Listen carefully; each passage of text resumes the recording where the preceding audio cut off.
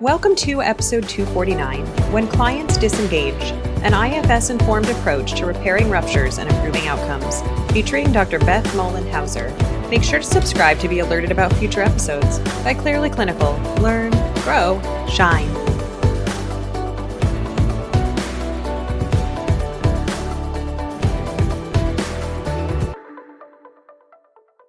Hello to our listeners. My name is Beth Irias, and I am so happy to have my dear colleague, Dr. Beth Mullenhauser, back again. Today, she is joining us for a conversation about ethics in therapy and some interventions we can pull from internal family systems from IFS, and I am so excited for this conversation. And I also want to add, sometimes when we think about ethics in therapy, it sounds like this kind of boring stuff that we learn sitting behind a desk and then it's in a book that's on our bookshelf. We're talking about the stuff of like how do we view therapy? How does therapy work? How does good therapy happen? And when we as clinicians misstep, what's going on? And then how do we kind of deal with our own stuff in order to improve the work that we're doing with our clients? Thank you so much for joining me again, Beth. It's lovely to have you. It is so lovely to be here with you. I'm really grateful and honored to be back with you. I had so much fun with you last time, truly.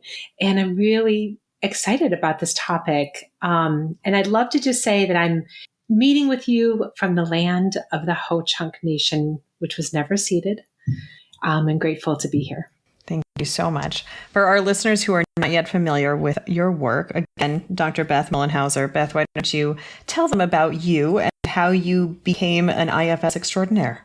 Yeah, I'm happy to. So through my master's program in counseling psychology and a PhD in clinical psychology, I, of course, was exposed to a lot of different therapy models. And my PhD was largely acceptance and commitment therapy, which I have so much respect for and kind of used as my primary modality for a decade.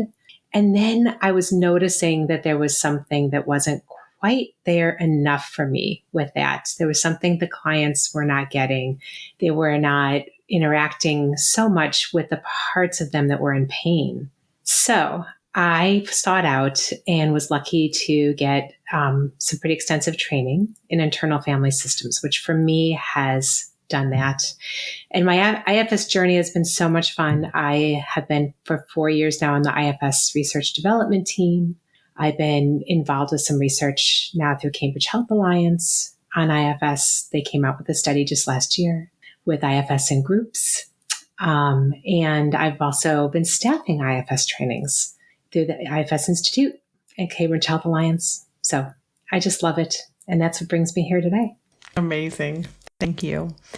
Before you and I hit record, we were talking about whatever it is that makes up good therapy. And I feel like for therapists, many of us have asked ourselves that question of like, what is therapy? What am I doing? And maybe the other question is like, what is bad therapy and am I doing it?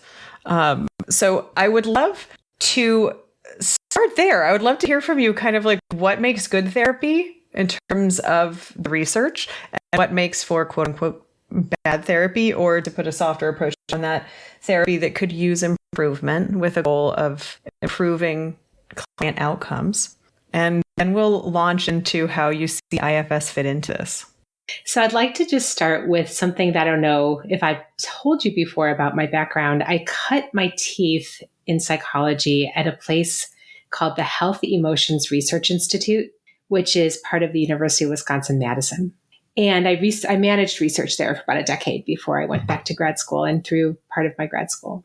And one of the studies that I helped coordinate was looking at the way that changes that a client makes in a single therapy session, the way that can impact later outcomes. And they measured what was going on with both the client and the therapist and really looked at things like the working alliance. And so things that are these common factors. So, I assume that your listeners, I know some a good number of them are really good, conscientious people. And, that's why they're here listening. They want to learn more. And I know that they would, there's these things that help therapy work well. So for example, Bruce Wampold, who was also at University of Wisconsin, had this seminal article in 1997, which was a meta-analysis of outcome studies comparing 128 bona fide therapies. I see you nodding. Yep, we know this one. Empirically, all must have prizes. And so what he's talking about is that there's these common factors that help therapy to work well. And one of those is the therapeutic alliance and therapist warmth. And so 20 years ago, that's what this study was looking at, was how those things impacted. What they found is that when that therapist and client alliance was really good, when that warmth from the therapist was there, mutual affirmation, empathic relationship, there were more productive therapy sessions.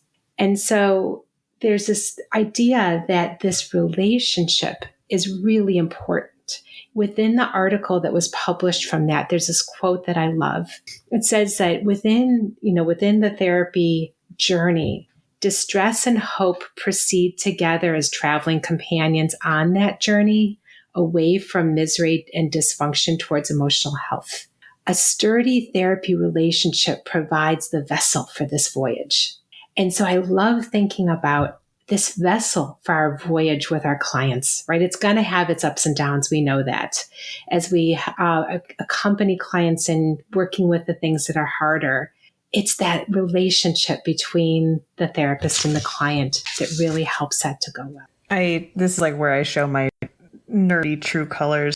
I love this stuff. Listeners know I love feedback informed treatment. I love the research that Dr. Bruce Wampold did, because it's easy for us as clinicians to take comfort in consuming a lot of methodology, and we fill ourselves up with certificates and with various acronyms, and it kind of like blasts through all of that as like this foundational part of therapy is like therapist as human.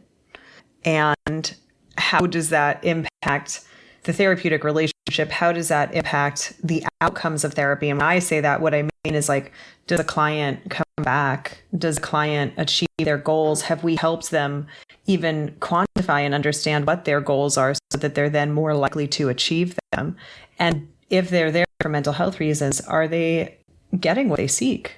Is their sleep getting better? Are their relationships getting calmer? Is their communication clearer? Those are important questions that we should be asking ourselves. Like, how do we help that happen? And one of the reasons that I love the deliberate practice research is because on some level, it's actually like quite simple, and that makes it beautiful. Can you talk about what happens in therapy that needs improvement? What happens in bad therapy? And knowing that like many, if not all of us, have done some or all of these things, why don't you talk about that? Yeah, I'd be happy to, because again, I wanted to emphasize that I'm quite certain that so many, most, if not all of your listeners are really like people who really believe in empathy and a compassionate relationship. And yet any of us can go sideways on that at any moment in time, myself included, very much so. So to start with just a framework, I think I'll talk a little bit about what the ethics and what do we need to be thinking about as we talk about what's harmful in therapy. So from the American Counseling Association, the ACA, there's the list is autonomy, which is having fostering the right to control the direction of one's life. And as you talk, about what are the outcomes that we need to be careful about, that autonomy for the client even to choose the outcome, to be aware of it. What is a client-centered outcome? Non-maleficence, avoiding actions that cause harm. As a therapist, how do we avoid harming? Beneficence, working for the good of the individual and society, but promoting mental health and well-being. Justice, treating individuals equitably and fostering fairness and equality. Fidelity, which is counselors, honoring our commitments and keeping promises, including fulfilling our responsibilities of trust. And veracity, dealing truthfully with individuals with whom counselors come into, professional contact. So that's sort of that framework. I view these as really living things in the session. How are we upholding these? And what are some of the ways, like you said, that they can go sideways, that we, without meaning to, we can start to, not be following these in even micro kind of ways. So I can talk a little bit more about what that means.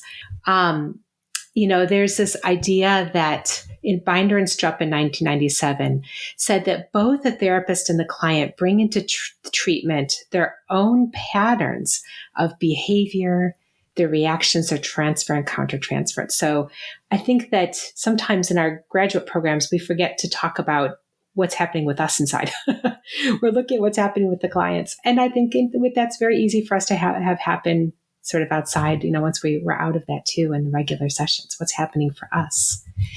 And Rosenthal et al. In 2018 said there's a need to understand the client's view of the process, because determining whether negative effects have occurred during treatment largely depends on a treatment that's endorsed. They say that, for example, a client might consider an incident to have been pretty harmful and unwanted, but a clinician might view it as something that was inevitable part of treatment. And we're not even making a value judgment here about who's right or wrong, but it can be really important to know at least what the client is thinking in addition to ourselves. So I can actually start talking about some of the research into harmful therapist behaviors. But I'm curious how all of this has landed for you so far. It's such an evolution in the field to move from clinician as expert to clinician as, depending what model you're looking at, co-coach, for example. And a lot of this is really, I guess, therapeutic stance. So what is any clinician's belief system about how or why therapy, quote unquote, works, whatever work means really for the client. But moving from a place in the origins of psychotherapy where we were really heavily clinician focused and moving into a much more flexible approach that's more client focused. And I appreciate you bringing ethics into this because, I regularly talk to clinicians who might say, I will have clients come in for a couple of sessions and then they just stop and I don't know why. And for us as clinicians, we may have all of these reactions to that of feeling a sense of rejection, feeling a sense of failure. If we're in private practice, feeling concern about the client being on our calendar, the impact on our income. There are all these things that come up for us. And one thing I appreciate in what you're saying too is bringing in this ethical piece of and what about the impact for the client? What's happening when a client doesn't come back? And not always, but when a client ghosts therapy or they're disengaged or they're less likely to say, hey, this is working after a certain number of sessions, what's going on there?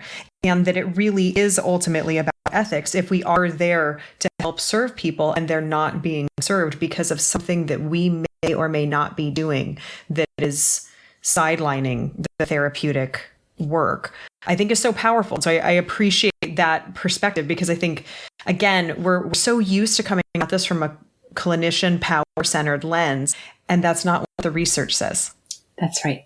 So I would love for you to expand on that part of it and kind of talk about where, as a field, we're evolving in this, like I said, but where I think historically we've gotten it wrong and how we viewed where change happens or how change happens. Thank you. And so what I can bring maybe right now is some of the things that can happen in therapy that can end up harming clients. And I want to do this in the context of knowing that these same therapists also probably had a lot of skill. And there's just something that happened so that the clients had this sense of something being harmful. So for us to hold both our knowledge, to say this wide perspective of both these skills that we have to offer and also the impacts that we can have, to just know both of those things. So I'll talk right now about some of those things that clients felt harmful. But I want people to really keep in mind that this exists at the same time, because there's more hope at the same time as the things that we have that we can bring. I agree. I love that you brought that up. Thank you. Okay.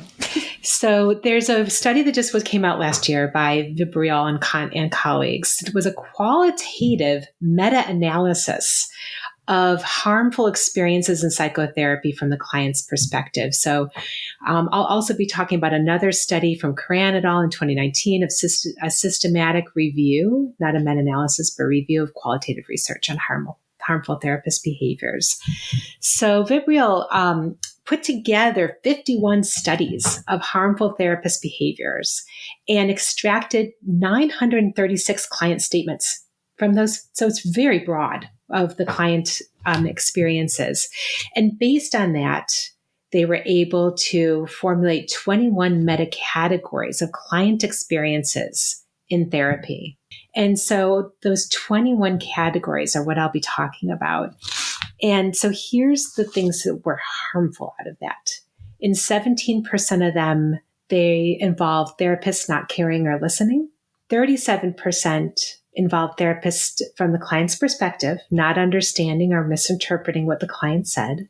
37% found the therapist to be culturally incompetent. 56%, more than half, felt that the therapist was devaluing the client. 27% felt they were using the client for their own benefit. And 40% found harmful verbal behavior, like interrupting, scolding, or lecturing. One particular powerful sentence in this article was, the therapist lectured me and yelled at me loudly during the whole session, which, I think most of us are not doing. But, what are the ways that we might do that even in a smaller way? And they said the therapist's verbal behavior was compared to pouring salt into the wound. And just to give, again, a little bit more context from that other study, the CRAN systematic review said that clients were reporting therapists exercised too much control over the direction that the therapy session took.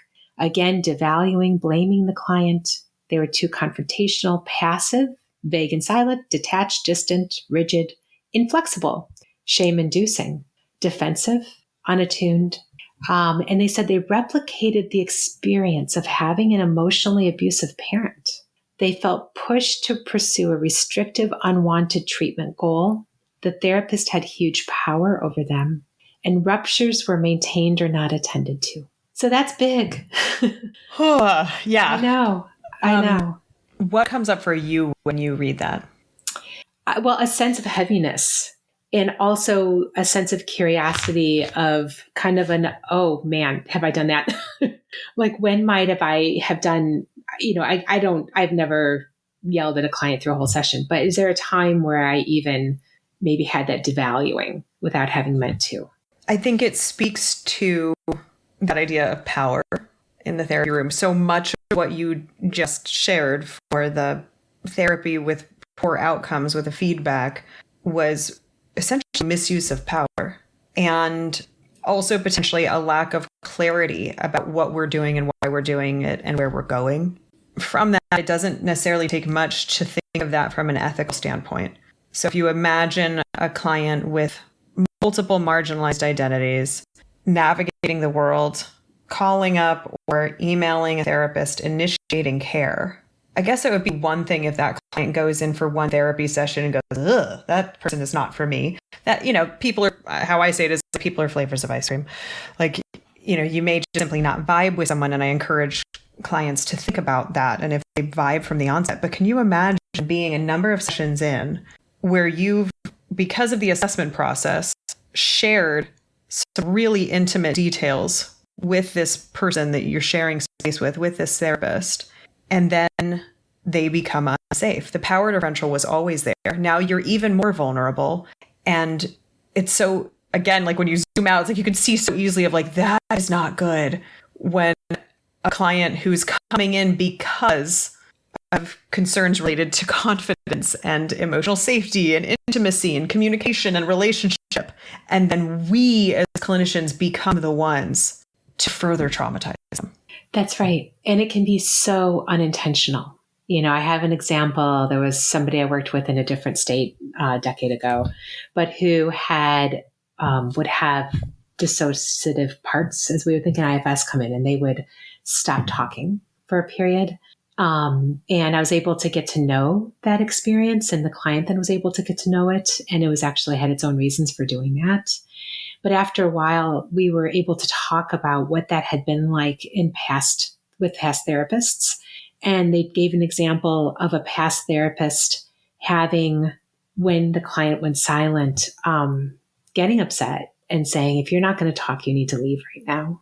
And that client took a long time to warm up And they've said, how could I trust you not going to do that again? How could I trust you with this? So I think that, and, there's some ways in graduate school, again, or just, there's some ways of thinking that if the client has therapy interfering behaviors, then we need to put a limit on that. We need to have boundaries. So I can see even where the therapist might have done that from a very well-intentioned place, but it had a very harmful effect.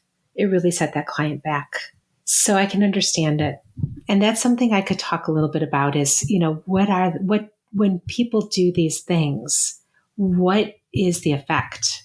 And some of the effects of these things I talked about included 50% of, time, increased fear of the therapy process, decreased willingness to self-disclose, actual mental health and interpersonal deterioration, right? So loss of motivation or hope, resignation, becoming numb, and then unmet expectations. I found that, for example, there was a quote, I found that therapy was too focused on food as opposed to exploring feelings and behaviors. I would have liked to explore why I do this to myself. Therapy did not address the childhood issues were at the core of this.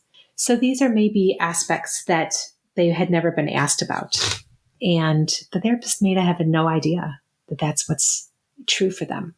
This part of care, I think, has been under-discussed, and I so appreciate the work of Drs. Barry Duncan and Scott Miller in their work with feedback-informed treatment, because part of the goal of increasing feedback and the outcomes speak to it is that when we as clinicians know this stuff, we can hopefully change course. And we can keep the client in treatment. If they need it, we can provide appropriate referrals. And I'm really excited kind of for where, because I know where this is going. I'm excited for where you're going, Beth, because one of the things that I've found as a trainer in feedback-informed treatment is we talk about the spirit of fit, this idea of creating a culture of feedback so that the clinician can receive regular routine feedback from the client in order to respond to that feedback.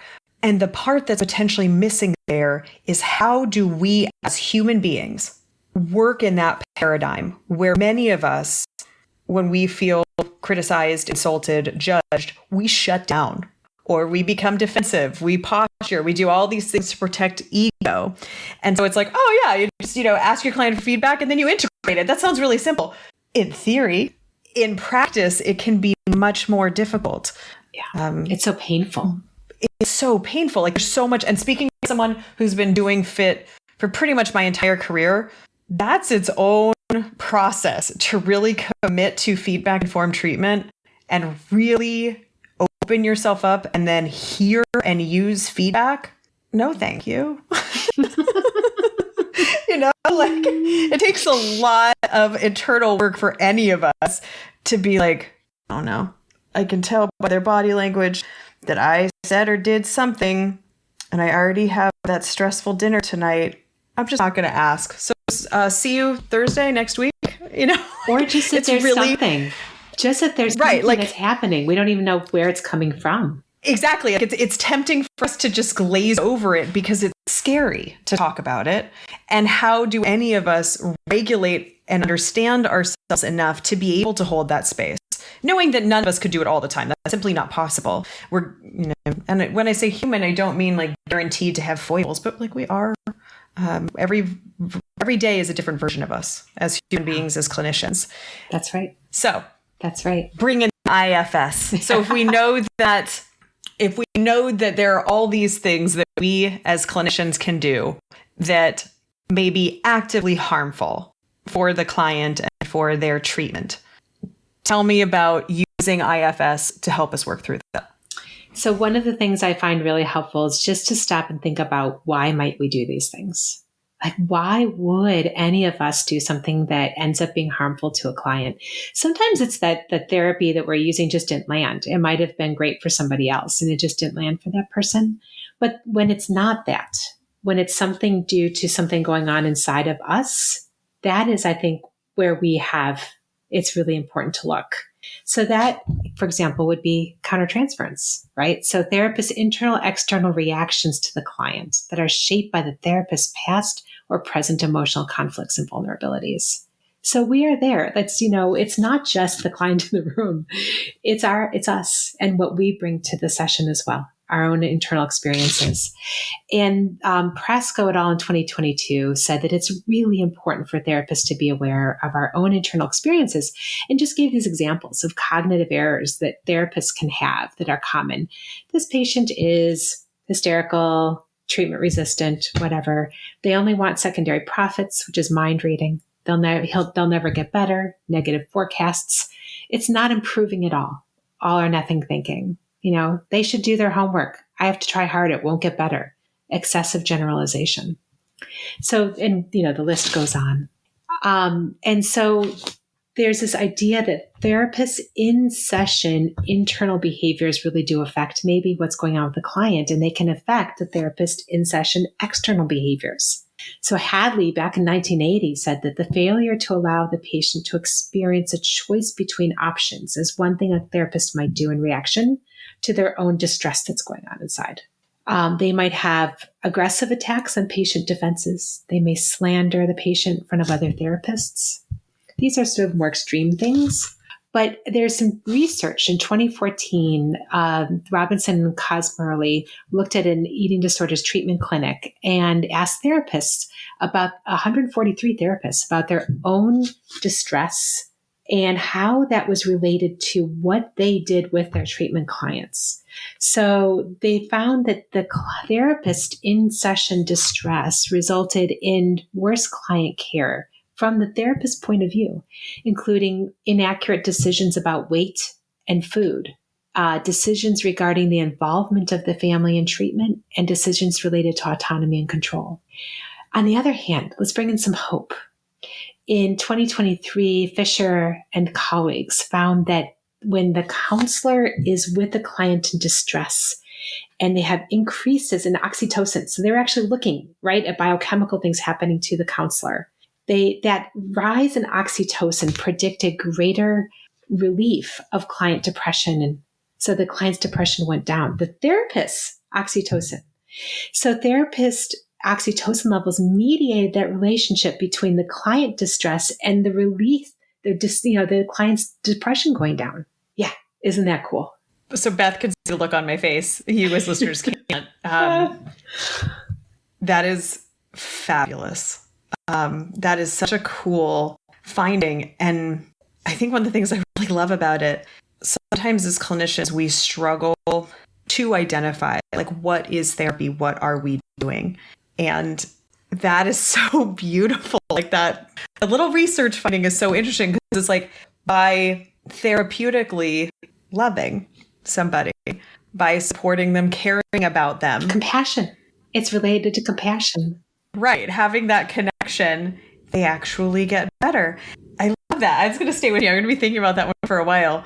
And I also want to note, too, we have some other great episodes talking about that very phenomenon, about like therapeutic love and self of therapists. These things that I think many of us weren't talking about for a really long time, and yet they're so central to the work.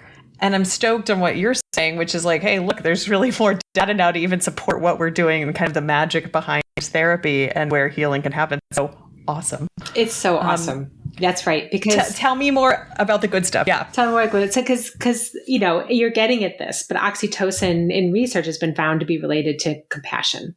Rise in oxytocin, rise in compassion. So there's this idea that the therapist's rise in compassion may influence the client's outcomes, which goes back to that idea of the common factors and that therapy vessel that we're creating together. So how do we know about our own systems? How do we, as therapists in session, like we talked about this a little bit in the first time I was lucky enough to hang out with you, how in session do we know about this?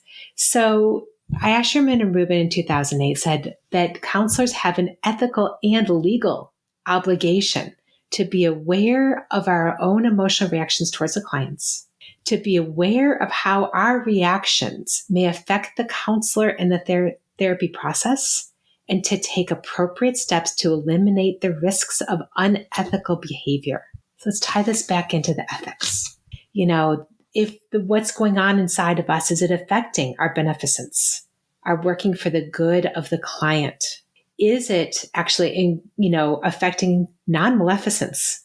Is it avoiding harm in the client, or are our actions actually increasing harm?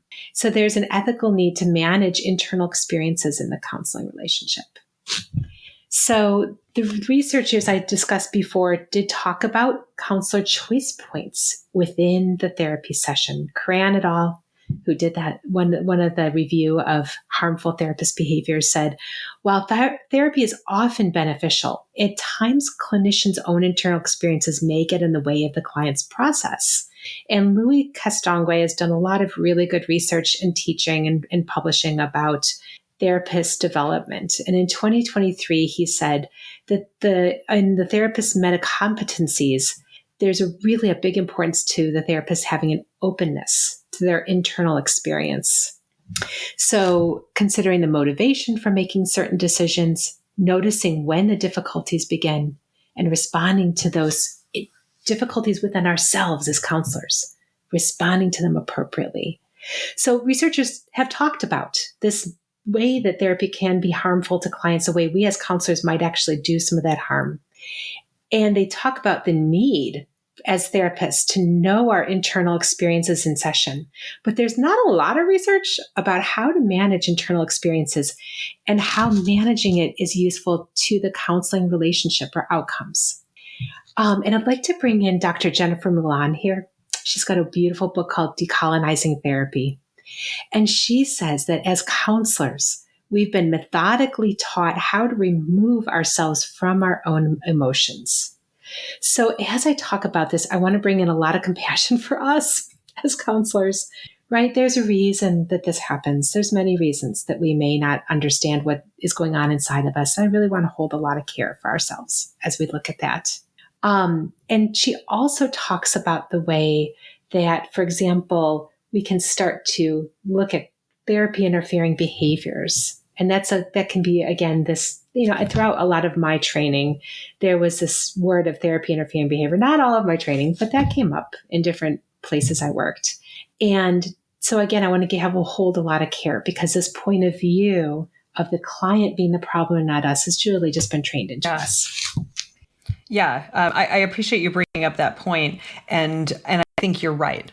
We have historically thought about therapy interfering behavior as being a client-based phenomenon. And it's been the more recent models and more recent research, it's really kind of questioned that. What are we doing as therapists? And to build on what you were saying, we know the outcome studies about therapists that have undermanaged mental health conditions. How does it affect their clients? How does it affect their outcomes in therapy? And so these things can't be overstated.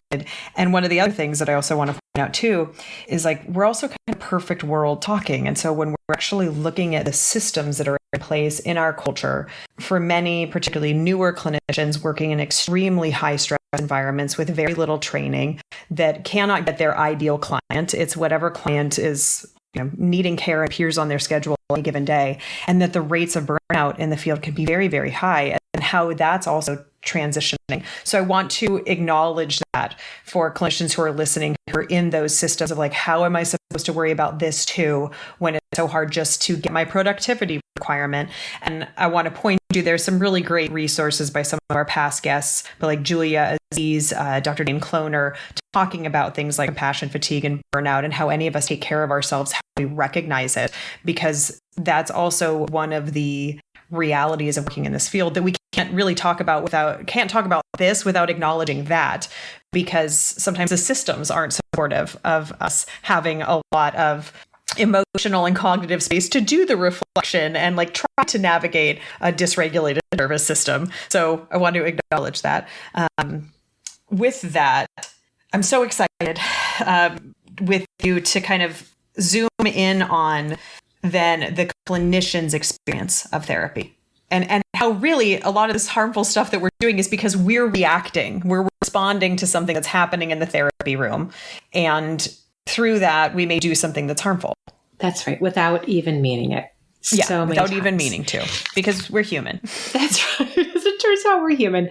So Carl Moda and colleagues in 2014 did this study, which I think is really helpful to bring in here. They did a qualitative study of 7 counselors who took a 3-credit MFT master's program course on IFS. And they looked at the role that internal family systems can play in helping therapists understand their internal processes and how that awareness influences their clinical work. So that we can start talking about looking at how could this work? Because this is a little bit of research into what counselors can do. And they reported in their publication that the counselors said that for themselves, this course helped them identify their internal processes, including personal agendas for the client, gave them tools to manage those internal processes, and helped them identify when their own internal processes were hindering therapy. So it gave their tools in session how to work with this. And they also, the therapists said that what they were noticing in their clients and the relationship between themselves and their client was enhanced therapeutic relationship with clients as they become aware of their own internal processes, increased awareness of the client's internal processes, and increased ability to model self-awareness for the clients. So becoming aware of what was going on for them in the moment had all these beneficial effects. So again, that hope. And there's this quote that I have of from their article, one of the therapists who went through the IFS class. She gave this example. I was working with a couple and they were being reactive to each other. And there was a part of me that just wanted to jump in, jump up and down and say, stop, you two. That's enough. But I was able to hang back because I knew that if that part of me leads it, then I was going to end up being, we were all going to be more reactive. So I recognized that there wasn't much compassionate curiosity in the room or self-energy. So I had to bring in my own compassionate curiosity. So this is that idea that there actually is a way to become more able in the moment to work with what's going on with us, and that can really benefit what's going on with the client. So now I'm going to ask a really lightweight question. How do we do that? Yes, you bet. You bet. So I have a number of things I can talk about here. So it's these tools for counselors to know their own internal experiences, which allows us as therapists an intentional choice of behaviors towards clients in the moment. And that'll be in line then with, as I've been talking about, both the client's best interests, but also allows us to access our own compassionate wisdom in the moment. So here are some of those things. So first of all, this is part of what you are an expert in, Beth, is getting client feedback throughout the session. And so, this can even be things like asking the client, pausing and asking, how is this landing? What is this like for you? And really being able to listen and hear what the client says, including listening and hearing for their facial expressions, and even a deep listening of just the change in energy that might be happening. And if the client says that there's overwhelm, that they're feeling uncomfortable, there's this ability to then switch to that being the topic that we're discussing and bringing our own compassionate curiosity and care to that overwhelm, to that discomfort, that parts of the client that are feeling overwhelmed or just uncomfortable. Because in IFS, we talk about how what's in the way is the way. If the client has any kind of behavior or feeling that seems to be getting in the way of the goal that we're trying to reach, we can actually stop and hang out with that and notice that, just like that client who went quiet. And this will only happen if the counselor is in an open-hearted space. We can only really get to it if the client feels that they can open up to us because we're receptive to their needs. I have come to appreciate this magical physical sensation that I get when I'm either already going or wanting to go power over. What do you notice? I can feel it. Yeah, I can feel it. I know exactly where in my body it is. I know what it looks like, and I know when it happens. For me, in that moment when it's happened, I want to protect or I want to influence. That's the other thing I notice for myself. then it's like I'm kind of like my tendency, what I want to do is like lean in, become demanding, talking down to all the stuff I shouldn't be doing in therapy because it doesn't really help, probably might harm a client. And I think this is a common experience in therapy, and how any of us first acknowledge that moment is happening and then try to manage it. Do your thing, Beth. It's right there. Do your thing. Right I want to there. hear it. So I'm going to show this to you, but the listeners can't see it, but I'm holding up a Post-it note with a heart on it. So literally about every 5 minutes for me now, because I've gotten into the habit, but I encourage the people that I'm working with who are new at IFS to do this about every 15 minutes to stop and check in with themselves. And what are they noticing inside? And to really try to do that with as much for ourselves compassion. And here are some ways so Irina Diankova is a lead trainer in the IFS model, and I'm staffing a training under her right now. And she had this wonderful list that she gave just a couple weeks ago to the new therapist new to IFS. She said, number 1, be aware of your thoughts. Is your thinking clear or clouded?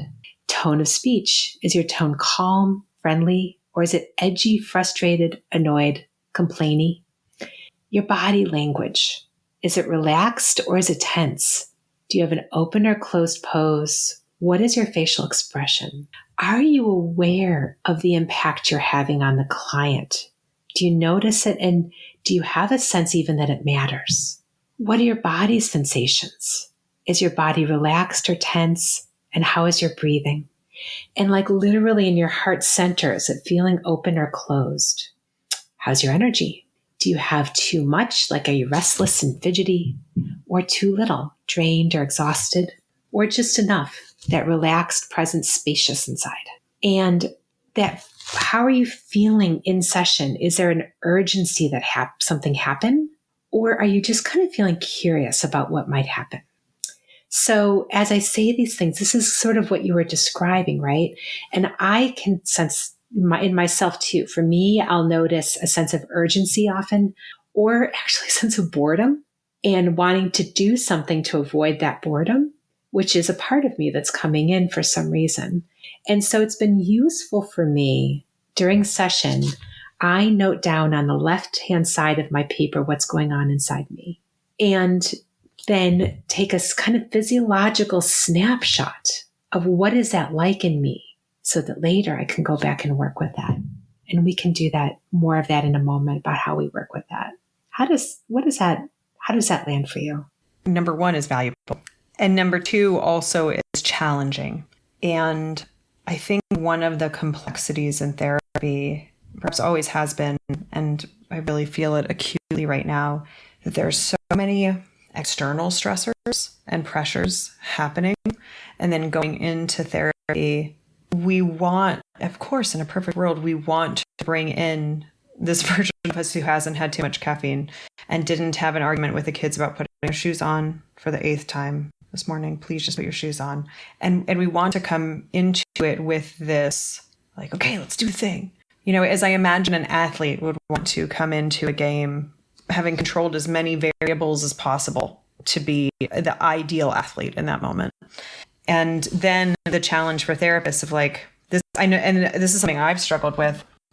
There's my lived experience of what's happening with the moment and wanting to be present for that while simultaneously maintaining presence with the client and what they're saying. And then this like little thing in the back of my mind that's like, and the treatment plan and today's goals, and and balancing all of those things. And I also appreciate what you said about like the thing is in a way is the way of like that thing. Then if we can orient ourselves toward it instead of away from it. And I think that's a big paradigm shift for a lot of people, to orient toward that discomfort that we're feeling, or the discomfort in the relationship, or we observe in the client, instead of being like, I'm sure it's fine, or like, it's cleaner and simpler if I just stay over here, ignore it. And also the complexity in doing that clinically when we don't necessarily do that out in the real world, so to speak. That like how we approach things in therapy may be very different than what we do in the real world when I'm like at the grocery store and the cashier seems a little tense and disengaged. Like I have a different reaction to that if I'm like clinically managing it versus like buying my groceries. So there's what I'm hearing and what you're saying is really like a challenge to orient towards and work with that instead of orient against or away from. That's right. And I love your wording, orient towards. And I would say orient towards in two different dimensions. You're talking about orienting towards the client, right? And what they're bringing, and also orienting towards ourselves. It is a dual awareness, what's going on with ourselves and what's going on with our client. But I will say it really is just a habit. When I work with therapists who are first in that level 1 training for IFS, they're like, what? We're working with me? And by the end, I often see them really being able to stop and check in and say, oh, this is what's coming up for me right now. It's actually an intentional practice we have in the IFS trainings. That's what's about. When we're practicing, when the therapist is practicing doing IFS, we're stopping them every 10 minutes to see what's going on for them. So I would say that when we as a counselor notice that there is something going on for us, any of those things I just was, and they like our thinking is clouded, we're feeling tense, whatever it is, here's some ideas of what we can do in that moment. So there is, first of all, have that sticky note up or whatever it is to remind yourself to do this. And then ask yourself, how do I feel toward this client? How do I feel toward what they are bringing me? Do I have compassionate curiosity about it, or do I have an agenda? And then if there's something other than compassionate curiosity, ask yourself what you need to hear and feel right now to give kindness to yourself. It could be something like, may I be kind to myself? Speak the phrases that are most aligned with your heart space and what it needs in that moment. This tension, what does it need to hear? And then you can even say, hello there, welcome. I'll use attention as an example. Welcome. And breathe. Let that part of you, let that tension know you're there with it. And say, you can share with me after this therapy session, or you can share with me in consultation with what you're needing, because there's a reason you're coming in tension. And I want to know about it, but I wonder if you can sit beside me as we are with the client. So if it's a caretaker or help the client urge, you can say to yourself, the client will be better served if I'm not trying to help so much. If I can be there with compassionate curiosity about what they're telling me. There's the regular mindfulness stuff. Notice 3 things in that moment that you can see, hear, and feel to bring yourself into the moment. There's a wonderful person named Locke Kelly, and he works with this dual awareness. And he says, what is aware right now? What is it that's aware right now? And sense that shared belongingness with the client. And also he says, what is here now when there's no problem to solve? So sometimes those phrases can be interesting. What is it that's actually here that we share? Feel tenderness, warmth, and care for yourself, so that tension, it can be patting your leg and saying, this is a tough moment for us. Here's some love. Unhooking, defocusing, decentering, so that my awareness is aware of my own thoughts, emotions, energies, and external sensations. I, like many clinicians, have had it happen where something comes up in therapy. Just the topic itself, the shared story, the experience that someone is saying is horrifying, absolutely horrifying. And as you're talking about it, I'm thinking of those moments for me clinically where there's this dual thing that's happening, where it's like my nervous system is responding with sadness, with anger, with fear, with whatever, because of what's being shared. And also my presence of mind with the client. And I call it keeping my eye on the prize, but like really paying attention to both of those things existing. And as you talked about this time, and as you talked about last time you came on, the ability to say to myself, what is coming up right now is angering, and it is horrifying, and it is unjust. And I'm going to have time. I will find time later to feel that, to talk about it, to write about it, to sing it, to dance it, to scream it, to do whatever I need to do with it. And right now, I want to be with my client authentic with myself, but also have the presence of mind for what they're experiencing and what they're here for. And that, I suppose that's been a process that I've been aware of, or challenge, I guess, is I've been aware of my entire therapeutic career. And I think it's only something now much more into my career that I can quantify, that I can really say, this is what that looks like and this is how I'm doing it. And I appreciate one of the takeaways that I'm getting from our conversation today, Beth, which is like, how do we increase our awareness of self while simultaneously increasing awareness of the other, and create that kind of sacred space with those two? Yes, that's right. Because that place you're talking about where the client says something and our own fear comes up, our own horror, is one of the times that unwittingly, as therapists, we might turn away from the client. We might steer them away from exploring it more deeply. And that's one of those times the client may feel like they didn't get to explore fully, or they were not valued, even though we would have no meaning to do that. Yes. Or on the other side, that, and I've heard this come up so many times in trauma, that we're like, well, then let's unpack that. And so then we like grab the client by the hand and we're like, we're going in. And it's like, did they consent to go in? Do they want to go in right now? Do they have a presentation to do in half an hour? Like, you know what I mean? Like, this may not be the time.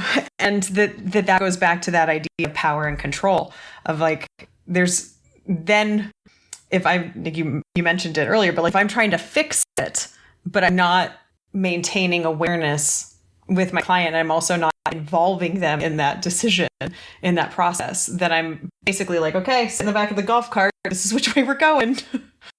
And consent is such an important thing. There's a lot of research showing the fact that consent is a part of autonomy, and that informed consent doesn't just happen at the beginning of our work together. It actually doesn't even just happen at the beginning of a session where we agree on what we're going to discuss that time. It actually needs to happen throughout the session. That's right. And IFS actually gives a beautiful way of doing that.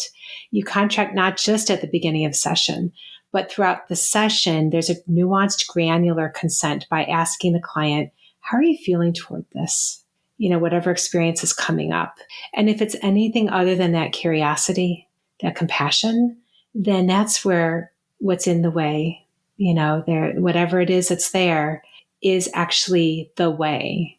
They're telling us that they're not giving consent to go to that thing yet, and that we're going to hang out with what the caution is, what the fear is in them. How's this landing? What is this like for you?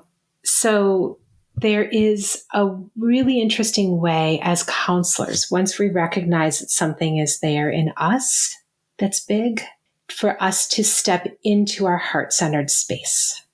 Because that heart-centered space has these qualities we talk about in internal family systems of clarity, courage, curiosity, confidence, compassion, connectedness, and calm, which are the things that are the vessel of therapy that makes it work, right?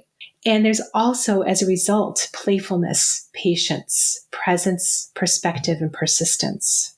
Our own persistence to be with what's true for the client, even if it's not comfortable, even if a part of us is not comfortable with it. And there's another tool I want to leave people with, and that's the way to recognize and step into our curious compassion. So we can think about, I just invite the listeners to imagine a time when they felt part of a whole or something bigger than themselves.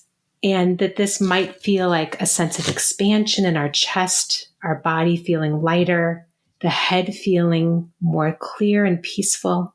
Breathing is smooth and deep. The facial muscles are relaxed.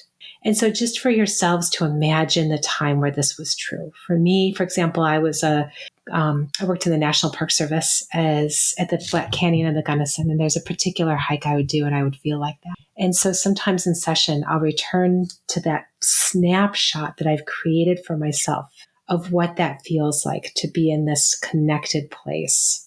And I will ask this other experience I'm having, the urgency, the boredom, whatever it is, to just come sit beside me and literally kind of step into this place of compassionate curiosity, of warmth.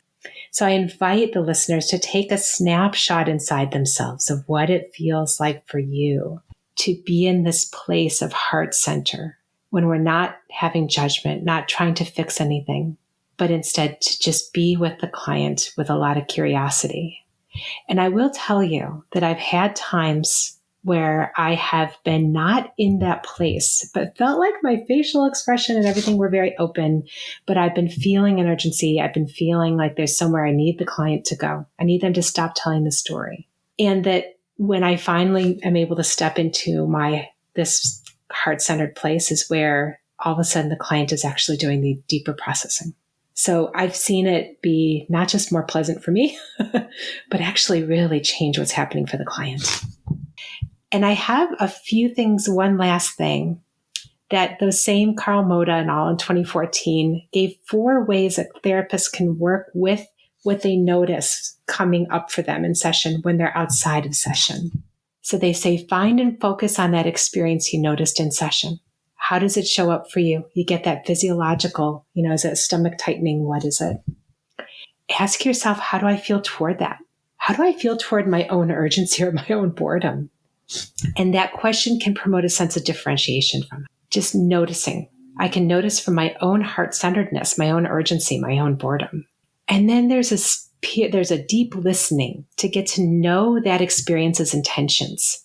So, urgency, why did you show up in session? From a place of curiosity. I'm really curious. Why did you show up? Like bored? And I'm curious, like, how were you trying to protect me? And what are you afraid would happen if you didn't do that? And then I can listen to it and hear it. And really, it's helped me truly get some insight into why that's coming up for me. And I can also then bring it to my own consultation or my own therapy.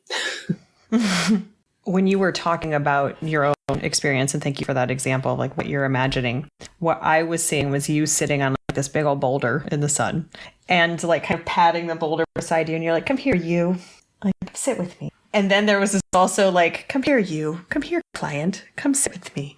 And like this bringing together of people. So it's like you as therapist, you as human allowed to be here too. And then you bringing the client into that space too.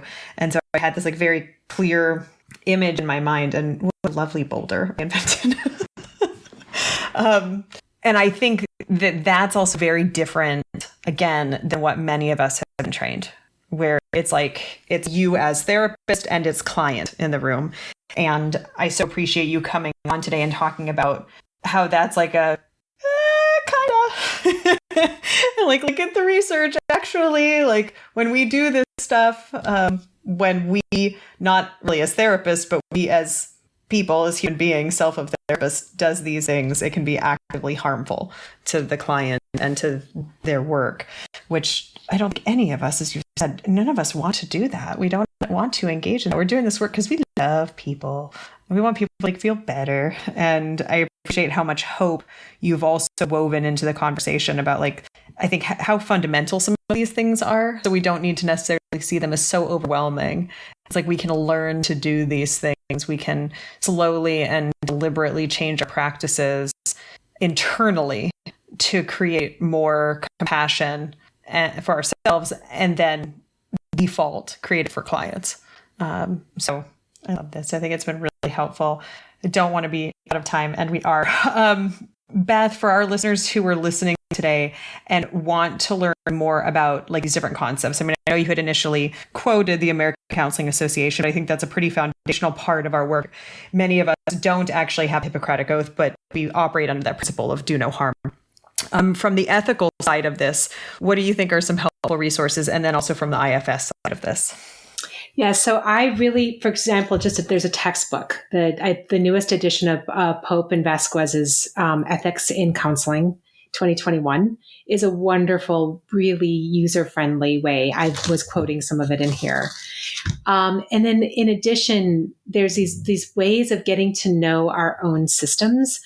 Honestly, I really do recommend getting your own IFS therapist. Any therapy, of course, follow what model works for you. But my experience, internal family systems is the best way to really get granular about what's going on in me with a lot of compassion and being able to really move in a new way. And another resource is getting, as a counselor, consultation. Being part of a consultation group, individual consultation, to bring what's coming up for you into the space with another counselor who you have a lot of trust in and who has skills in helping you navigate that. And for our listeners who want to learn more specifically about you and about your work, what's the best way to do that? Yep. So I can be reached at Beth, B-E-T-H, at selfleadershipjourneys, all one word, .com, or you can look up selfleadershipjourneys.com is my website. And I offer individual therapy to people in 43 states through SciPact and different licensures I have, and also consultation. 43 states? Geez, Beth. Thank you, SciPact. SciPact. Wow. Amazing. Beth, it's been so lovely to have you and to hear your perspectives and also the potential here, this breath of fresh air. I appreciate it. It is easy to feel discouraged and sometimes to really question what we're doing therapeutically. And I feel like our conversation today provided a lot of clarity and some touchstones that we can hold on to. I really appreciate you for coming on and sharing that with us and kind of reorienting us, as the case may be. I think it's invaluable. Again, for our listeners, we've had the joy of hearing today from Dr. Beth Mullen-Houser. Thank you so much, Beth. I'm so grateful to be here. Thank you. And take good care, everyone. You've just finished listening to another exclusive Continuing Ed podcast by Clearly Clinical. If you like what you just heard and you need Continuing Ed credits, please visit us at clearlyclinical.com to check out our one-year membership, where you'll have access to our growing library of Continuing Ed podcast courses. Clearly Clinical, where our goal is to help you learn, grow, and shine.